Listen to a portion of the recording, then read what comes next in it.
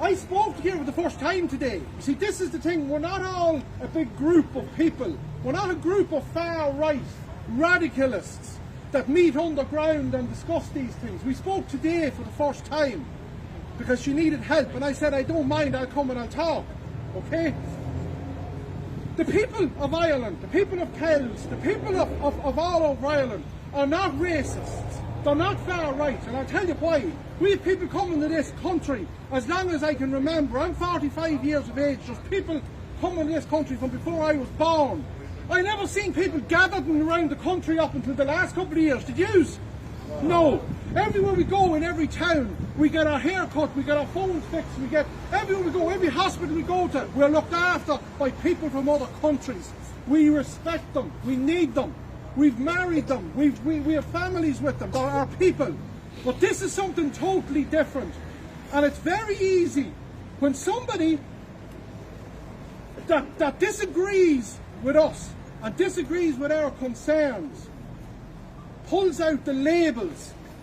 When they pull out the racist and the far-right label, they're losing the argument because they have nothing to say. They just label us. That's what they do. When you label somebody, that's a cop-out. There's no racist, there's no far-right here. What is far-right? That started during COVID. If somebody didn't want to get a job, they were far-right because they had an opinion that was different to the opinion that RTE and our government gave us. You became a far-right. Well, if that's the case, I'm far-right. I'm proud of it. Okay?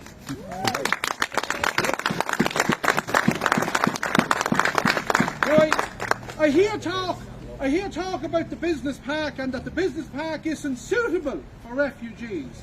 I don't care if it's suitable for them or not.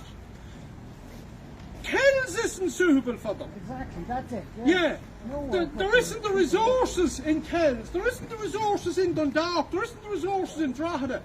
Ireland is full. And the reason it's full is because we don't have the doctors, we don't have the schools. We can't take these people. And I'll tell you another thing, and I don't mind saying it. A lot of these people are too different to us. And I'll go back to the start. This all started when the Ukraine when Putin moved into the Ukraine. And at the very start of that war, we were told we'd have to take in people into Ireland. And we did. In the first few weeks of that war, we started taking in Ukrainian migrants, women and children. Most of them people are still here, they've integrated and they're working with us. But how come 6 months after that and a year after that, we were told these other refugees, migrants were coming? What were they waiting for? Were they hanging around to see if they didn't like the war? And then they decided to come? No, because they were economic migrants. The ones that came at the beginning were fleeing war. The ones that's coming here now are coming for a better life that we can't provide them. Okay? The people here, you see working men here on the way home from work, women have children here because they've no one to mind them. We are on a carousel in this country. And if we step off it, when I say carousel, it's eat, sleep, work, repeat. That's all we do.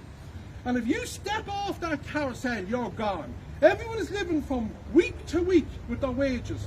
And if there's a problem with something, if there's a problem in the house or a problem with a car or a problem with something, you don't know where you're going to get the money because we're taxed to the limit. We can't survive anymore. And this is where our money is going. And you have a building down here that seemingly we won't know until 12 o'clock tonight whether they'll actually have the plan of permission for it or not. And there's builders working on it for how long? How much money's already been pumped into it? Whose money is that? That's yours and yours and yours and yours. The government don't have money, it's ours, so it is. Now, I spoke to a man on a building site not long ago. Marriage split up 10 years ago. He's living in a rented apartment, he's given $1,500 a month for it. The man is on the housing list in Dublin, and that man is pouring foundations today and yesterday, and he said to me, I'm pouring foundations for houses that there'll be a lad and a family living in that aren't even in the country yet, and I'm still on the housing list, right? Where is the public? Where's the public representatives, right? They're emailing, they're replying to emails. Everyone here is that the work that the women are doing is Trojan and the information they're getting back. But look around us. Where is the representatives? Who do they think is voting for them? And I'd love to know. Something went seriously wrong in this country on the 29th of November last year, because I don't know who voted this shower back in, because this is what they're doing to us. And it has to stop. And I'm not going to go on like this isn't, like, you know, I have nothing prepared for this. But we have to be safe, okay? We have to be safe. And I don't want to frighten any of the children here. But I'm looking at small children here. And there's people coming into Ireland. There's men coming into Ireland that in their countries, they marry 10-year-old girls, okay? That means when these people are walking around our streets and they are looking at young children, they are attracted to them. But that can't happen. And after seeing this, I know what I'm going to be labelled, but I don't care. There's a target on my head a long time now, and nobody got me yet. Do you know what I mean? Don't be afraid. And for every one of us that's here, there's 1,000 people who want to be here, but they're afraid because they're a civil servant or they're whatever, and they're afraid if they're seen here. They look at this tonight, or they look at on social media, but they're afraid that they'll lose their job if they're seen. Do you know what I mean? They're afraid. I spoke to guards. I spoke to guards off duty. I have the height of respect for the guards. We need the guards. The guards are the people we ring when we're in trouble. And they're afraid of this as well. But they're following orders. And they have their mortgages. They have their bills to pay, so they have. And that's why it's all a way of pulling us away, pulling us apart, splitting the community in two. So don't fall. This is the biggest thing, and I can see it with people.